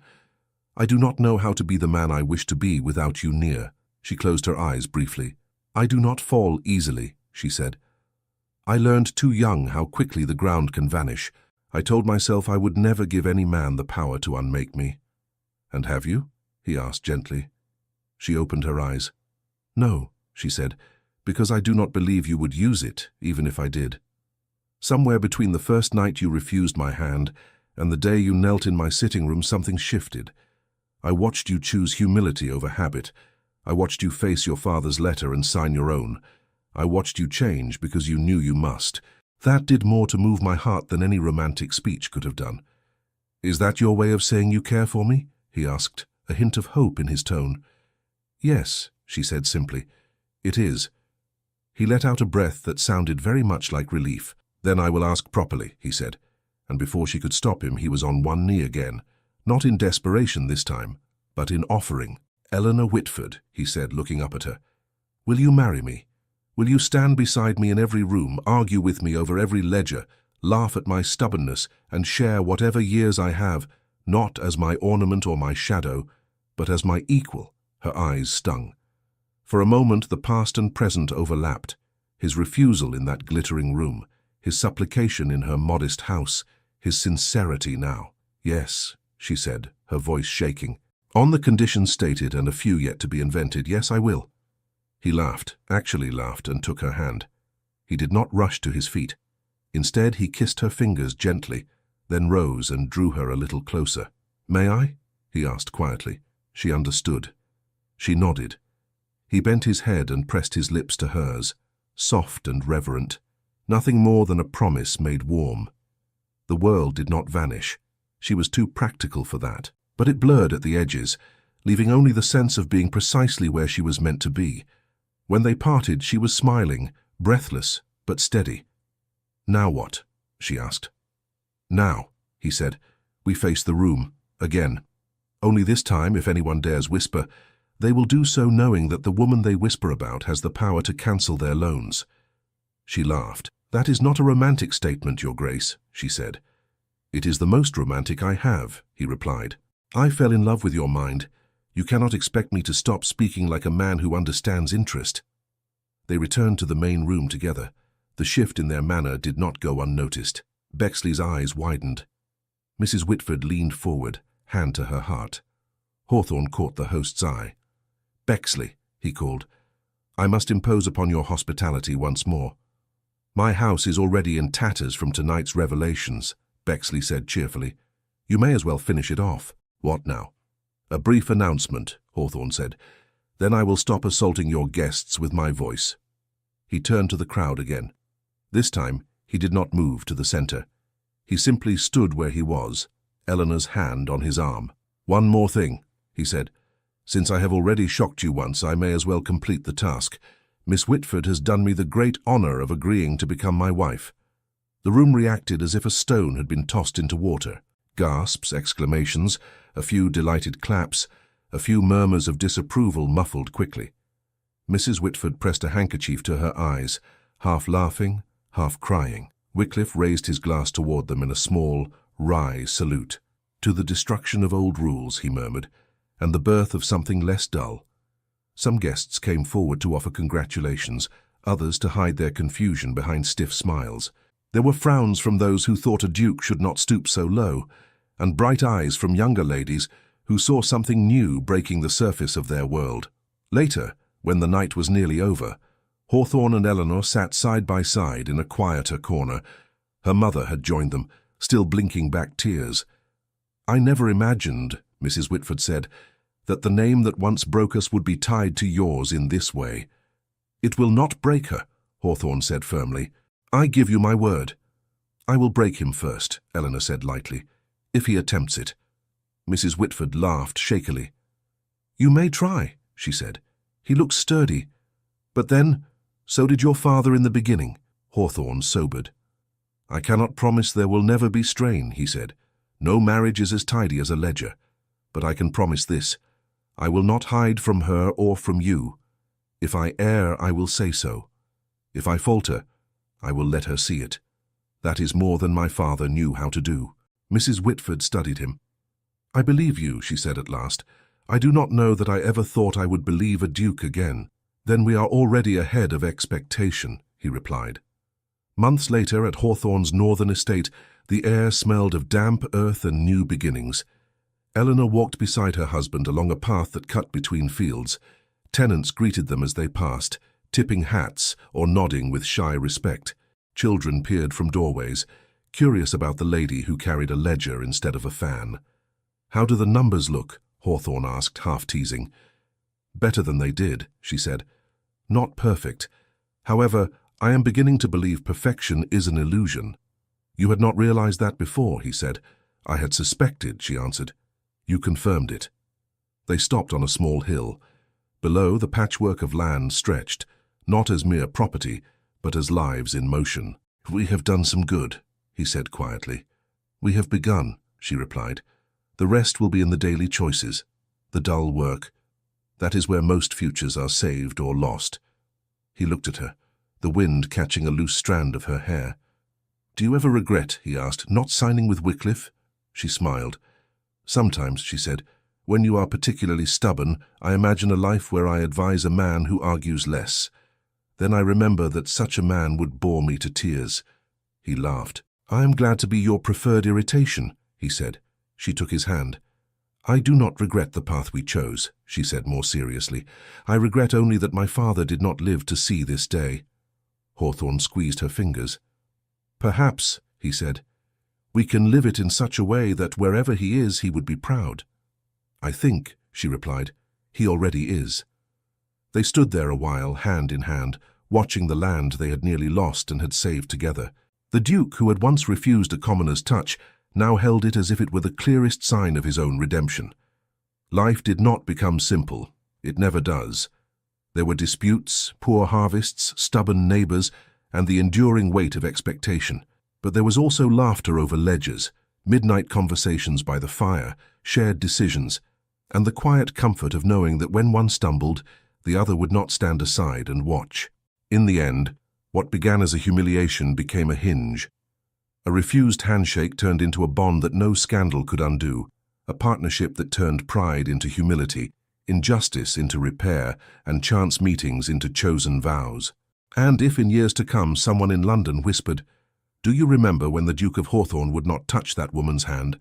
there would always be another voice to answer, "Yes, and do you see how he has held it ever since?" Thank you so much for listening to this story all the way to the end. We hope it moved you as much as it moved us while telling it.